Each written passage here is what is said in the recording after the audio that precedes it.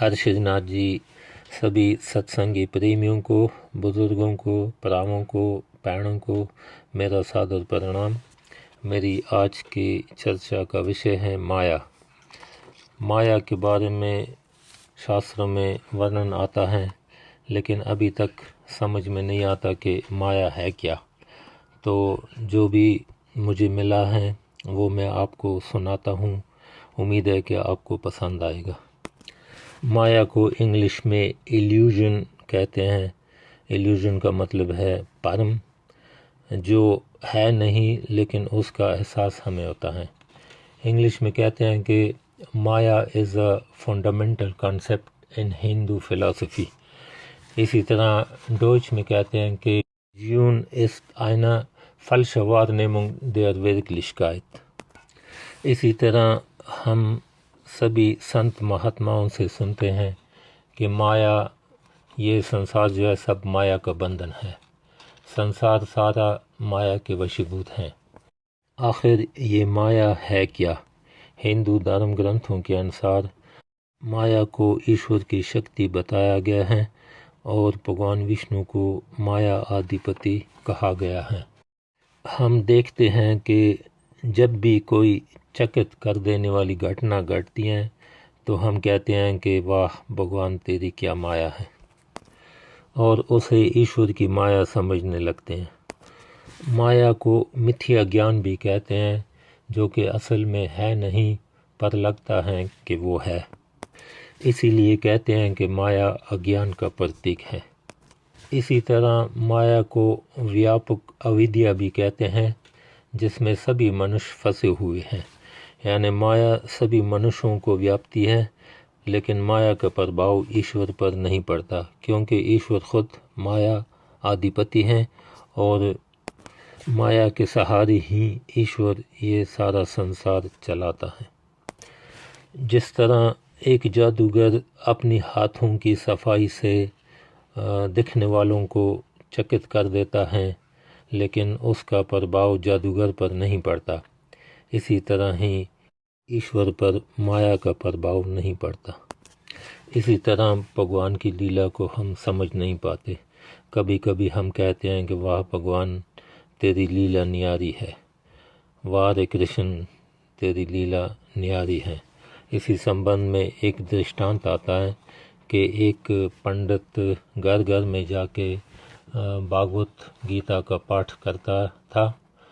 तो एक दिन पाठ करने के बाद जब वो अपने घर लौट रहा था तो एक चोर ने उसे पकड़ लिया और उसे कहने लगा कि जो कुछ भी तेरे पास है मुझे दे दे। तब वो पंडित जी बोला कि मेरे पास तो कुछ नहीं है, मैं तो पंडित हूँ, अभी कथा करके आया हूँ। तुम ऐसा करना, कल मैं एक जजमान के घर में कथा करने जाऊँगा, जैसे ही मैंने कथा आरंभ की तुम उस घर में आके चोरी कर लेना, तेरा काम हो जाएगा। चोर ने ये बात मान ली और अपने घर चला गया। कल जैसे ही वो उस घर में पहुंचा तो पंडित जी कथा कर रहे थे। पंडित जी ने जैसे ही चोर को देखा तो पंडित जी ने अपनी कथा में कहा कि यहाँ से मीलों दूर एक वृंदावन गांव है, वहाँ पे एक लड़का आता है जिसका नाम कान्हा है, और वो हीरे और जवाहरातों से सजा रहता है। अगर कोई उसे लूटना चाहता है तो उसको लूट सकता है। वो रोज़ रात को 12 बजे एक पीपल पेड़ के नीचे, जहाँ पे बहुत सारी झाड़ियाँ हैं, वहाँ पे आता है। ये बात चोर ने सुन ली और सुन के वो अपने घर चला गया। जैसे ही सवेरे उठा तो अपनी पत्नी से कहने लगा कि आज मैं एक बालक को जिसका नाम कान्हा है उसको लूटने जा रहा हूँ। और यही संकल्प लेके वो घर से चल पड़ा। पैदल रास्ता था, तो रास्ते में जाते जाते वो कान्हा कान्हा कान्हा कान्हा पुकारता रात के समय वो उस जगह पे पहुंचा और उस पीपल पेड़ के पास जो झाड़ी थी वहाँ देखा तो सोचने लगा कि अगर मैं यहीं खड़ा रहूं तो शायद वो बच्चा मुझे देख के भाग जाए। तो वो झाड़ियों में छुप गया। जैसे ही वो झाड़ी के अंदर छुपने लगा तो झाड़ियों के कांटे उसे चुभने लगे।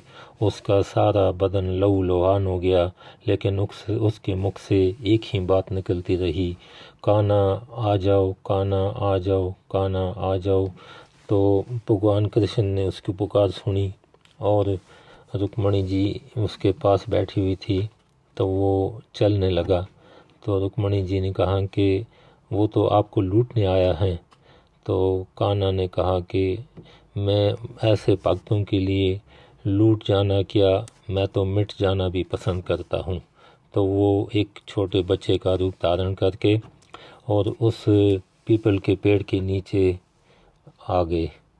जैसे ही उस चोर ने देखा कि बालक आ चुका है, तो चोर झाड़ियों से निकल के अपना चाकू निकाल के उस बालक को कहता है कि तेरे पास जो भी है मुझे दे दे। तो कान्हा ने हंसते मुस्कुराते हुए सारे गहने उतार के चोर को दे दिए और चोर वो गहने लेके अपने घर आ गया और खुशी से समाया नहीं जाता था। जैसे ही सवेर हुई तो सबसे पहले वो चोर सारे गहने जो उसने लूटे थे उसका आधा भाग लेके उस पंडित जी के पास चला गया और पंडित जी को प्रणाम करके वो आधा भाग पंडित जी के चरणों में रख दिया। पंडित जी ने पूछा ये क्या है? तो चोर ने कहा कि आप ही ने तो कहा था कि एक छोटा बालक है जिसके गले में हीरे जवाहरात होते हैं, तो मैंने उसको लूट लिया। अब ये आपका हिस्सा है, आप इसको ले लो। पंडित ने जब ये बात सुनी तो उससे यकीन ही नहीं हुआ और वो बोला कि मैं इतने सालों से पंडिताई कर रहा हूँ, लेकिन मुझे आज तक कान्हा नहीं मिला। तुझ जैसे पापी को कान्हा कहाँ से मिल सकता है? चोर के बार बार कहने पर पंडित बोला कि चल मैं भी चलता हूँ तेरे साथ, वहाँ पर मुझे भी दिखा दे कि कान्हा कैसा दिखता है। और वो पंडित चोर के साथ चल पड़ा। रास्ते में कान्हा कान्हा पुकारते उसी झाड़ियों में पहुंच गए। तो चोर ने कहा कि चलो इस झाड़ियों में छुप जाते हैं। तो दोनों उस झाड़ी में छुप गए। दोनों का बदन लहूलुहान हो गया और दोनों